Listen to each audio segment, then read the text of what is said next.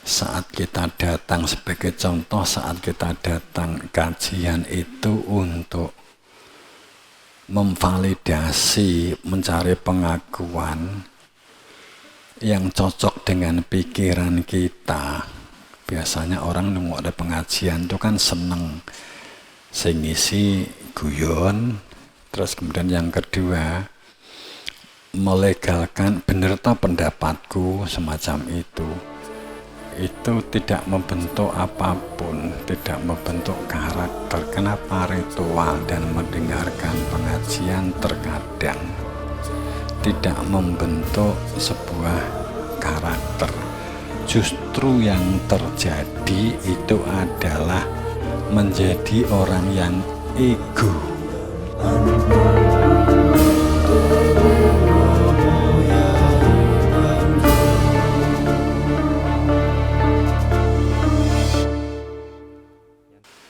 Jamaah rahimakumullah.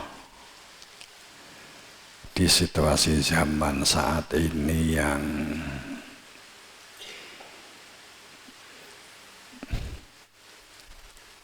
ya, kita itu, saya bersama dengan cabang ranting itu memang bergerak untuk mempersiapkan segala sesuatunya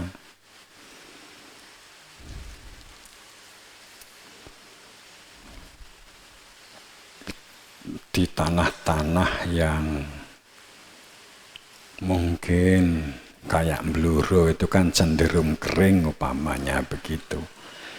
Ini kan menghadapi panas dan kering atau kemarau. Kita menghadapi kemarau karena ada siklon El Nino Super yang akan, kini awan panas ya, nek bengi adem ya, awannya mesti panas nggih ya. Awan adem ya keliru. Jadi tapi memang panasnya nyengat, tidak seperti biasanya begitu. Sudah mulai panas.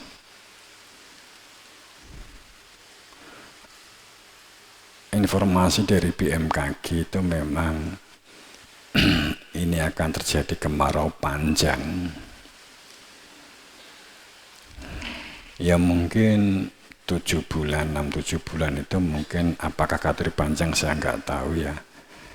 Panjang, ya normalnya kan 5,5 bulan biasanya. Nah ini kan 7 bulan. Kemudian ditambah dengan panas terik dan kering. Yang ini menjadikan semakin panas.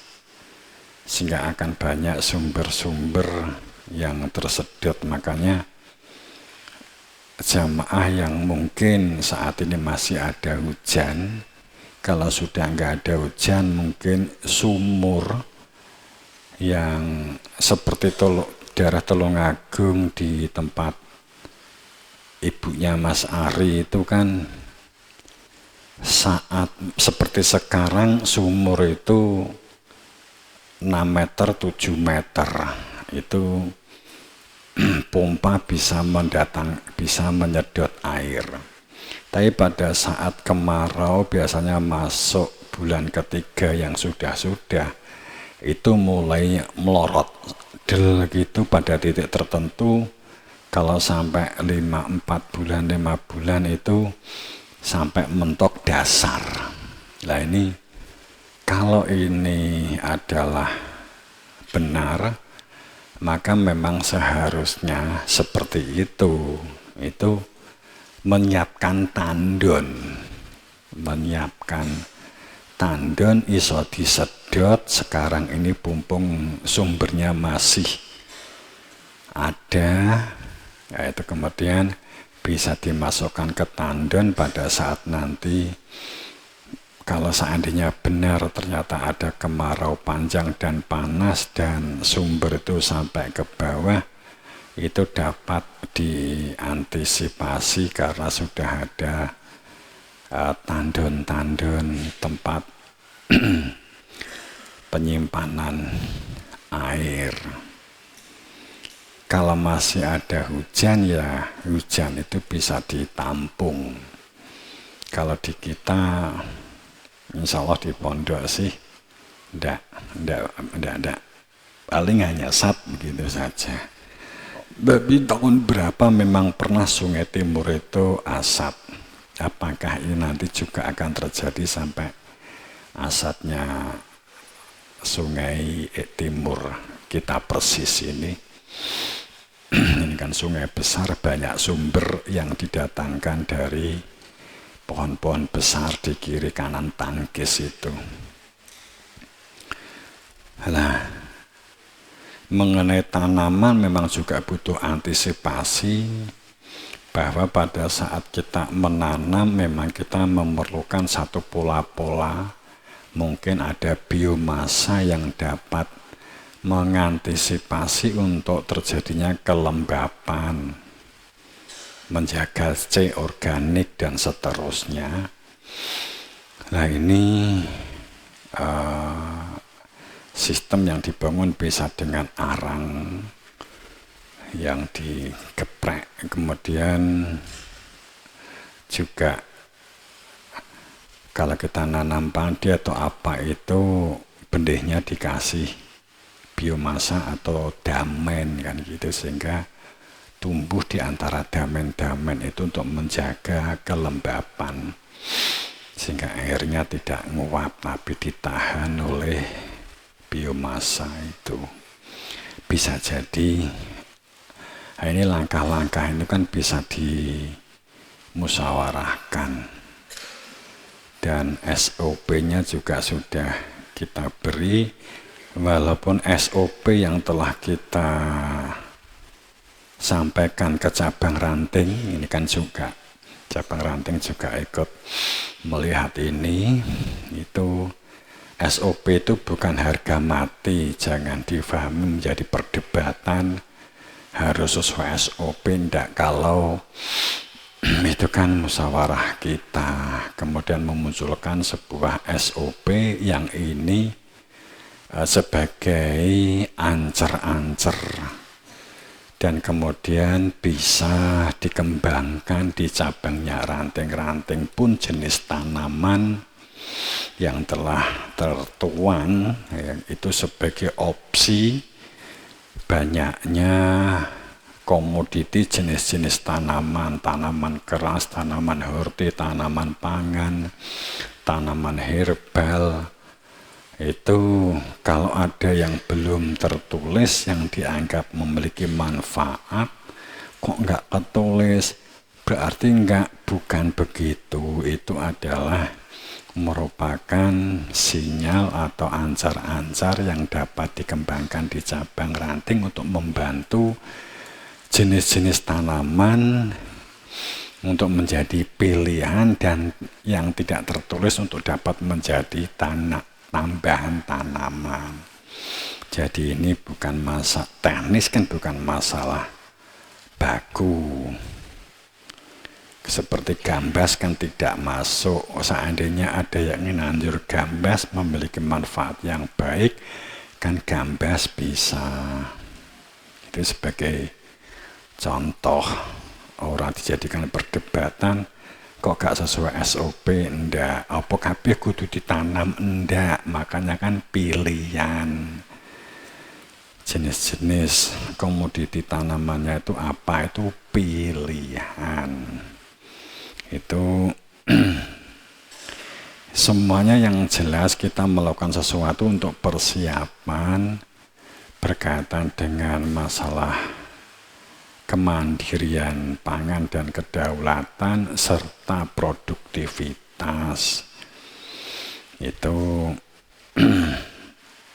untuk dapat kita manage, kita lakukan sedemikian rupa dalam bahasa Jawa kalau cacak menang cacak, jika memang terjadi berarti kita sudah memiliki kesiapan sehingga lahan-lahan kita dan lahan-lahan yang kerjasama dengan mungkin perhutani dan lain sebagainya itu dapat ditanam untuk kemandirian pangan. Gembulu, bili, bulu, uwi, kentang, dan labu, dan seterusnya kan banyak yang menjadi opsi untuk dapat dipilih saat kita menghadapi tanaman yang masa kemarau, maka kita memilih tanaman yang tidak begitu membutuhkan air. Sehingga yang dipandang itu adalah saat kita menanam adalah 3 bulan ke depan. Sebagai contoh, saat kita nanam sekarang 1 bulan, kalau tanaman itu adalah seperti selada, sawi, umurnya sekitar 1 bulan, berarti ini adalah masih ada air yang dapat dipompa atau air dari tanah, dari sungai masih ada, kayak asa gitu masih ada. Tapi pada saat nggak ada hujan, mulai masuk bulan ketiga, itu sudah air mulai si sungainya asap. Nah ini kan butuh sikap. Ya kayak asa itu juga butuh sikap karena pada saat kemarau masuk bulan keempat itu sungai itu sudah tidak ada aliran air. Maka sekarang yang di asa itu juga mulai mungkin melakukan langkah-langkah untuk adanya tandon, bumpung air yang di sungai masih besar sehingga bisa datang ke pondok atau pondok ngeteri visible yang untuk ngangkat air dimasukkan ke tandon-tandon. Sekarang biasanya kalau nggak ada hujan selama 3 bulan masuk ke 4, asa itu juga sat. Yang dari atas itu wis garek wong ngiler netes. Jadi banyune wis gak patek enek.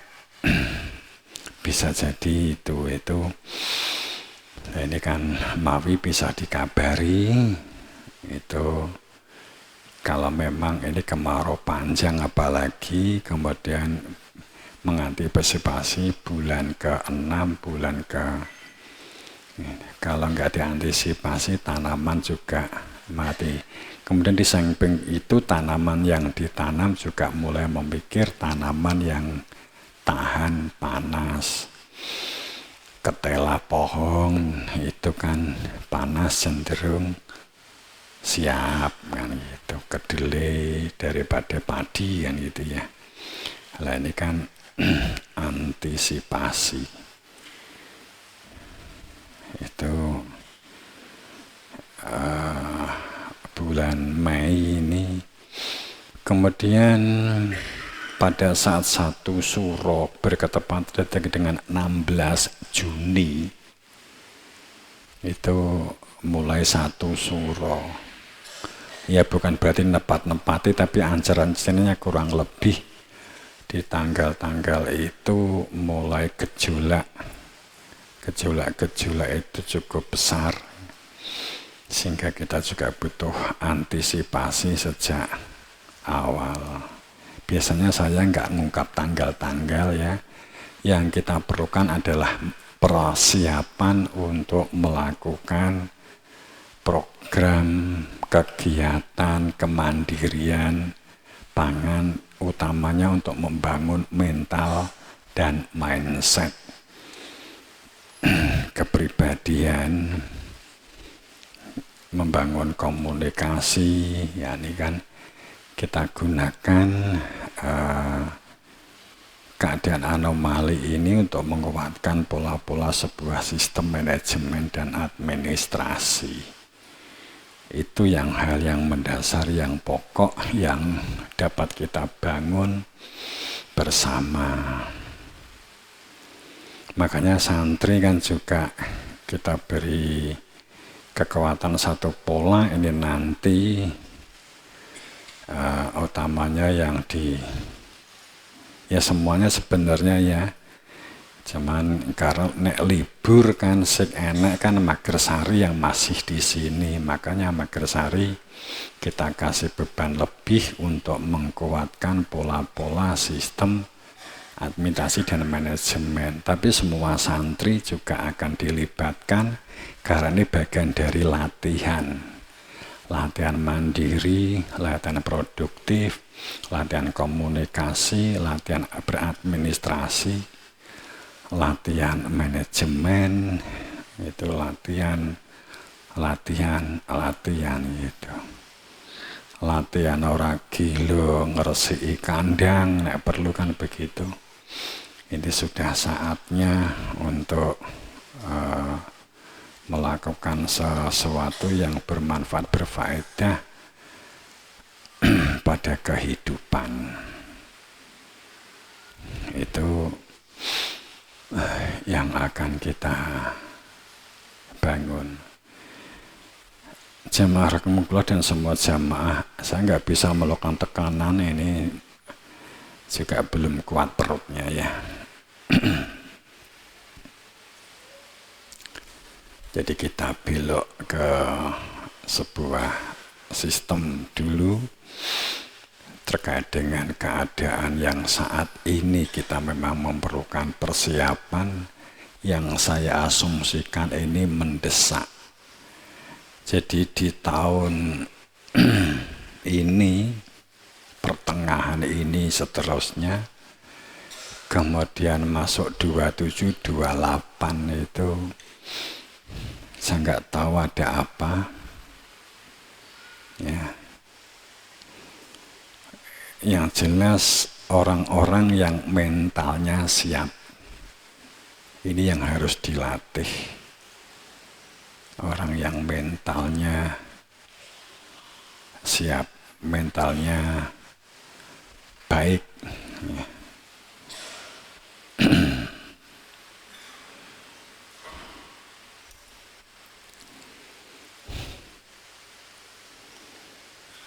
Kemudian saya sendiri juga mulai menjadwal ke cabang ranting berkaitan dengan masalah di titik kumpul, di beberapa titik mungkin saya mulai menjadwal, tapi sekaligus saya sampaikan di sini jadwal itu bukan harga mati, bisa jadi bergeser atau bisa jadi jika ada sesuatu. Karena saya juga nggak bisa menjamin terhadap diri saya sendiri. Kalau fluktuasi kesehatan tiba-tiba ini ya bisa jadi. Tapi kita berharap semoga doa restunya sehat dan lancar semua. Saya jadwal nekat ini karena saya berpikir semoga ini menjadi jalanan nekat ini menjadi sembuh. Gitu. Jane anggitmu sapa gak jenuh Rama ya jenuh mbok kira. Rama kan memang orang yang tidak terbiasa sambat. Jadi istri ditakoki ya mbong mak tak esemi. Napa Rama sakit? Enggak, sehat. Ya kita nggih sekaligus donga. Walaupun ibumu akhirnya budal jamaah, terus aku nangis diwi gawene kan ngono. Kesakitan kadang kan tak ngonek niki sehat ya asumsiku sekaligus sebagai doa. Sudah tahun-tahunan jempalian kesakitan. Mbok kira aku gak sholat mbok terokne gak di masjid. Nek Rama milih ya milih sehat terus di masjid. Rama di omah karo kesakitan. ngene iki meng Rama cerita wae ya. Jam 5 Rama mau BAB, jam 5 seprapat wis BAB neh. Setengah 6 wis BAB. Terus pas adzan maghrib Rama BAB lagi. Terus Rama budal sholat untuk meditasi, urung rampung BAB. Wawi neruske meditasi, urung rampung neh Rama di kamar mandi BAB wis kepitu. Itu urung enek jam 7. Ki mengarepe budal wis BAB. Wis ping 3. Dadi Rama jam 5 sore teko sadurunge jam 7. Kuwi BAB nganti ping 14. Apa ora kesel angket mriki bokong. Kesel. Nek nyambetnya jan kesel tenan kena. Ndogrok gak mes metu crut ngono tok dintani gak metu wawi metu sedilu 5 menit 10 menit BAB lagi. Aduh Rama wis. Ya gara ini. Gitu.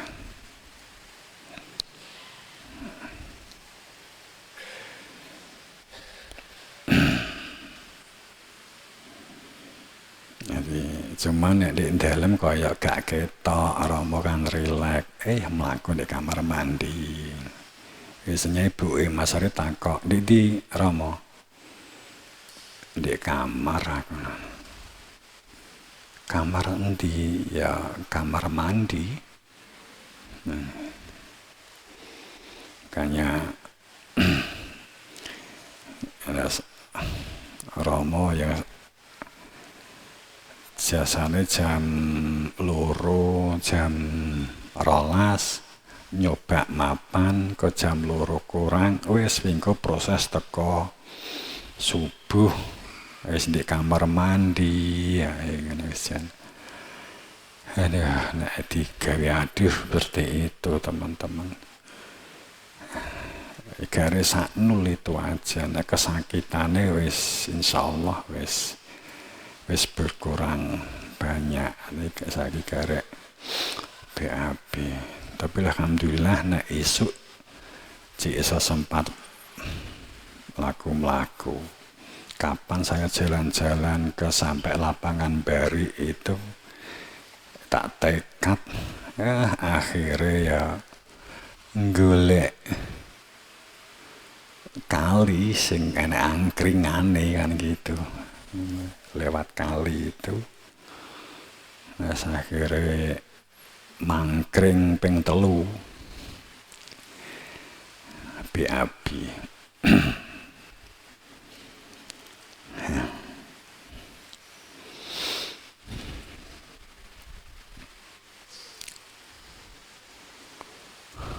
Tinggal itu.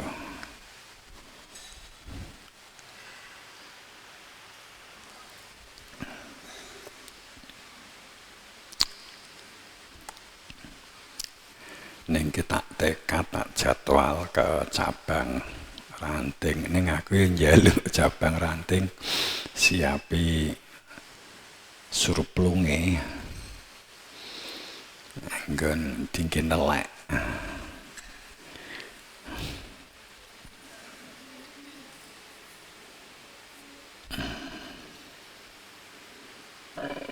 Oke teman-teman dan santriwan-santriwati dan semuanya. Nanti pada saat depan Jumat Legi itu mungkin saya akan menyampaikan berkaitan dengan kenapa sih ritual, kenapa orang itu ritual dan mendengarkan pengajian pada umumnya begitu tidak berpengaruh terhadap pembentukan karakter. Kenapa? Saat kita datang, sebagai contoh, saat kita datang kajian itu untuk memvalidasi, mencari pengakuan yang cocok dengan pikiran kita. Biasanya orang nunggu ada pengajian itu kan seneng, sing ngisi guyon.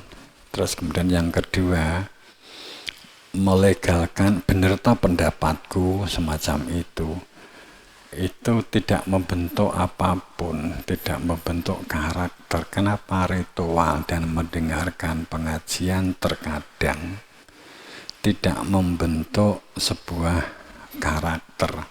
Justru yang terjadi itu adalah menjadi orang yang ego, semuji, kemluhur, itu merasa hebat. Yang banyak malah itu semakin sregep sholate, kemudian juga semakin sregep menjatuhkan orang lain. Bab 1 itu. Kemudian yang kedua kita cerita perihal kaitan hubungan ubudiyah, tatanan syariat yang sekarang ini ada dengan sejarah. Sekilas jarak ini mengulang karena juga permintaan dari wali-wali santri bahwa kenapa Nabi Muhammad dengan Imam Syafi'i jaraknya jauh, kelahirannya itu 200 tahun, Nabi Muhammad wafat, Imam Syafi'i 200 tahun kemudian baru lahir. Itu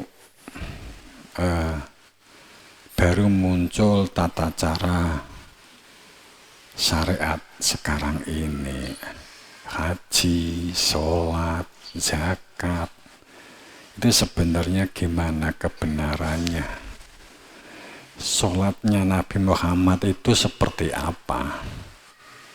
Puasanya Nabi Muhammad itu seperti apa? Apakah yang kita lakukan selama ini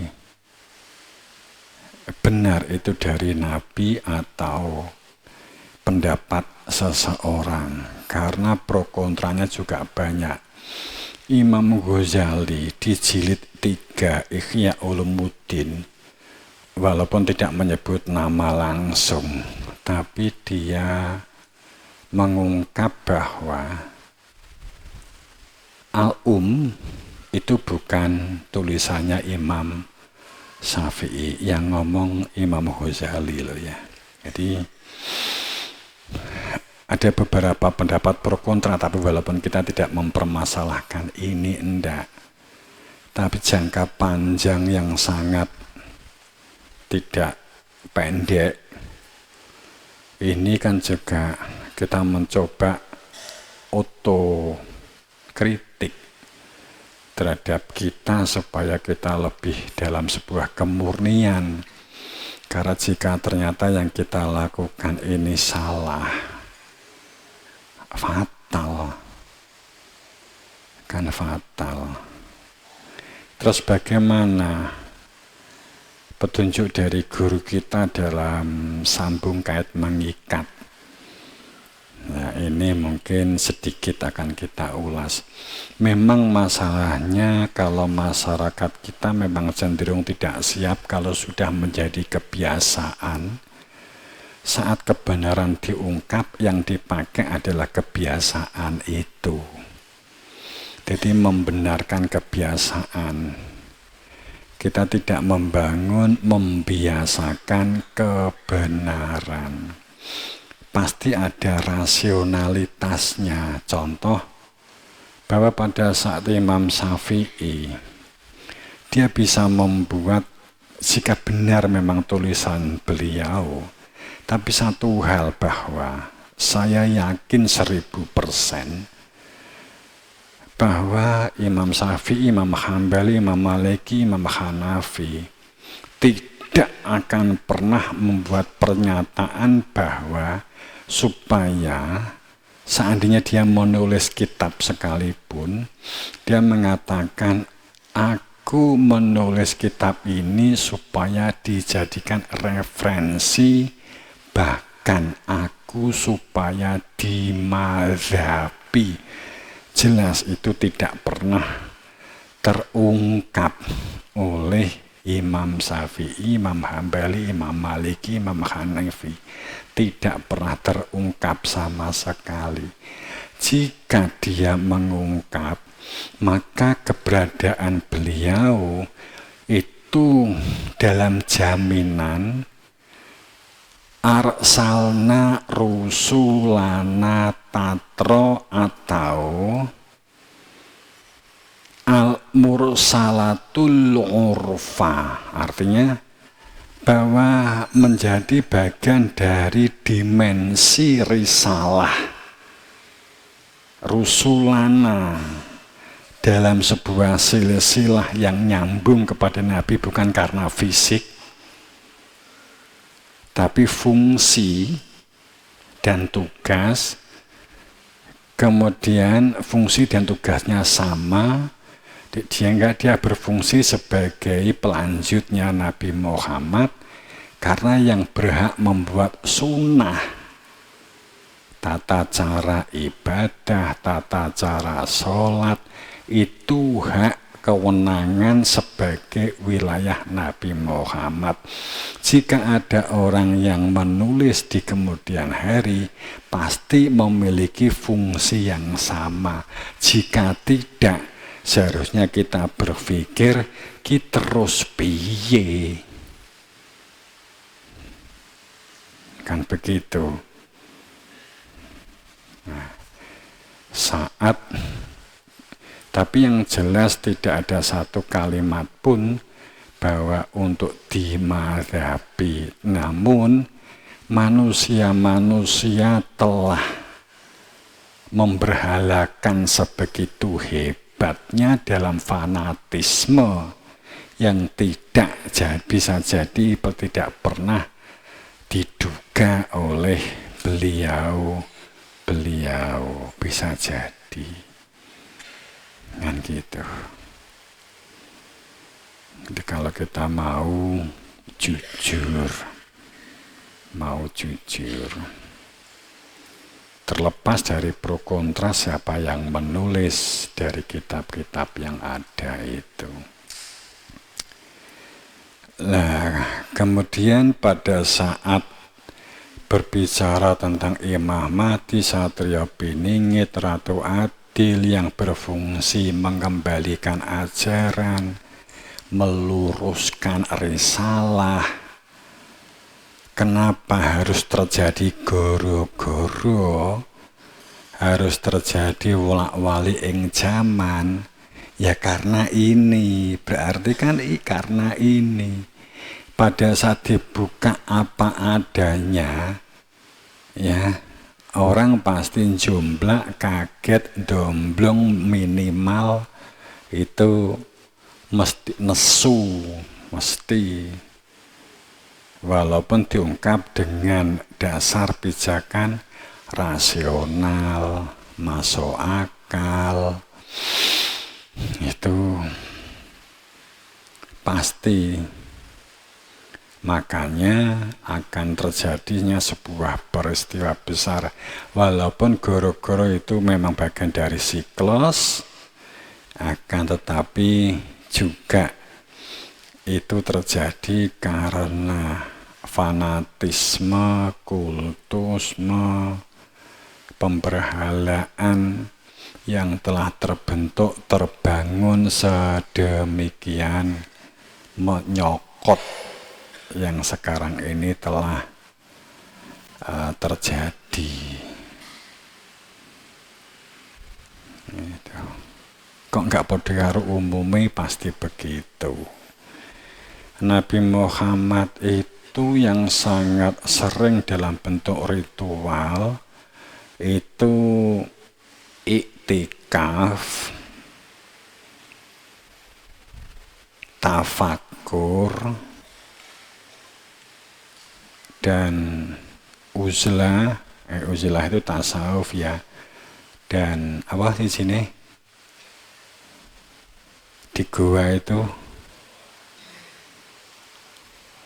kholwat. Itu jelas diungkap oleh Nabi yang beliau lakukan. Dikira kholwat itu saat hanya menerima wahyu. Setelah diangkat menjadi rasul nggak pernah kholwat lagi. Sejarahnya kan sudah ditutup.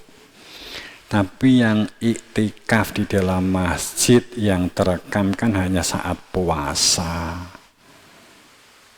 Dan masjid ditafsiri bangunan boto, wong dimaksud masjid saat itu rungane perintah sholat, sudah melakukan iktikaf. Nabi sudah melakukan iktikaf.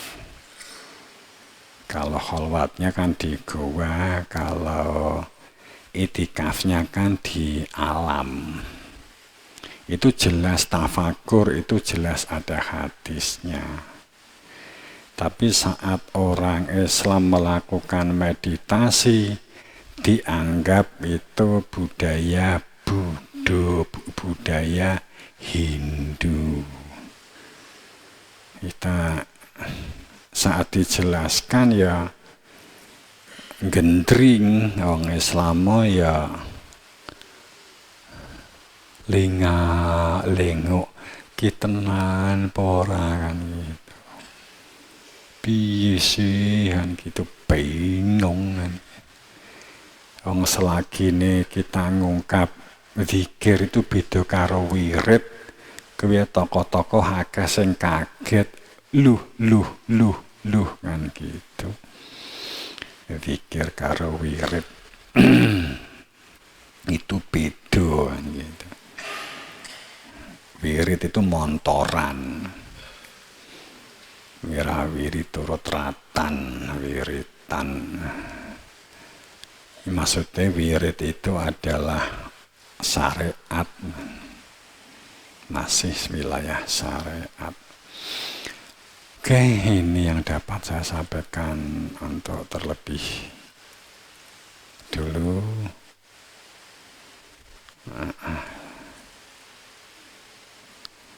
Semoga dalam ridha Allah, dalam ampunan, mengenai sistem seperti apa nanti akan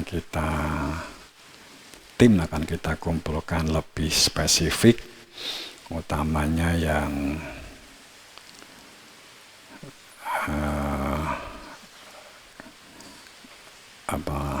yang Magersari, yang inti. Tapi sebenarnya pada dasarnya semua siswa karena memerlukan pengalaman hidup sehingga untuk dapat sebagai proses latihan istiqomah, latihan bangun komitmen ya. Semoga dalam ridhonya, dalam maghfirah, dalam ampunan, dalam fadl dan rahmatnya kita bangun kebersamaan dan kekeluargaan, seneng anggone bebarengan, tulung tinulungan, saling mendukung, saling menutupi aib saudaranya, puji pinuji, tolong menolong, semoga mendapatkan berberan berkah sawab pangestu guru wasita. Ihdinas siratal mustaqim bil haq. Assalamualaikum warahmatullahi wabarakatuh.